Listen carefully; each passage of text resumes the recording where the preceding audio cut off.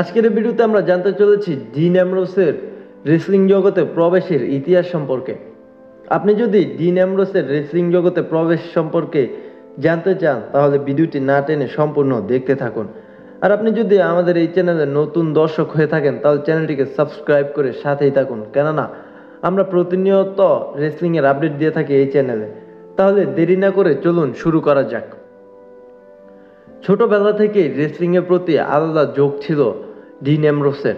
সে ধার করে এনে ডাব্লিউডাব্লিউএফ, ডাব্লিউসিডাব্লিউ, ইসিডাব্লিউ এর ম্যাচ ভিডিওর সিডিগুলো দেখে এতটাই প্রভাবিত হয় সে নিজেকে রেসলার হিসেবে গড়ে তোলার প্রতিজ্ঞা করে। তবে কোনো ডাব্লিউডাব্লিউএফ রেসলার না, একজন ইসিডাব্লিউ রেসলার হিসেবে তাকে সবচেয়ে বেশি আকর্ষণ করেছিল ইসিডাব্লিউ এর extreme hardcore wrestling style.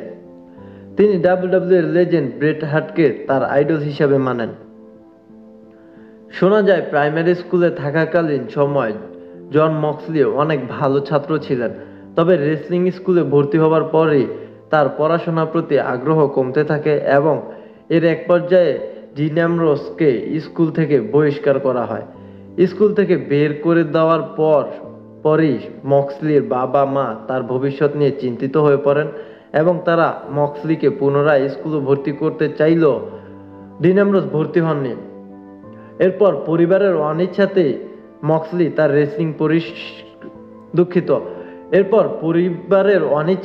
Dean Ambrose তার রেসলিং প্রশিক্ষণ চালিয়ে যেতে থাকেন। পরে তিনি ইডাব্লিউসিতে রেসলিং করার জন্য চেয়েছিলেন, তবে পর্যাপ্ত বয়স না হওয়ায় তিনি সেখান থেকে বাদ পড়ে যান। এক পর্যায়ে তাকে সিজেডাব্লিউতে নেওয়া হয়। এরপর ডিন অ্যামব্রোসের শুধুই এগিয়ে চলার পালা। নিজের প্যাশন এবং অধ্যবসায় এই দুই মিলিয়ে জন মক্সলিকে আজ এনে দিয়েছে ডাব্লিউডাব্লিউই এবং এইডাব্লিউ এর অন্যতম জনপ্রিয় সুপারস্টারের তালিকায়।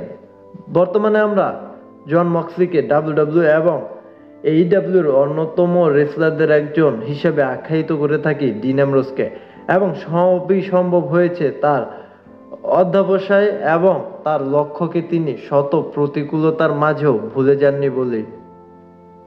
তো এই ছিল ডিন অ্যামব্রোসের রেসলিং জগতে প্রবেশের ইতিহাস।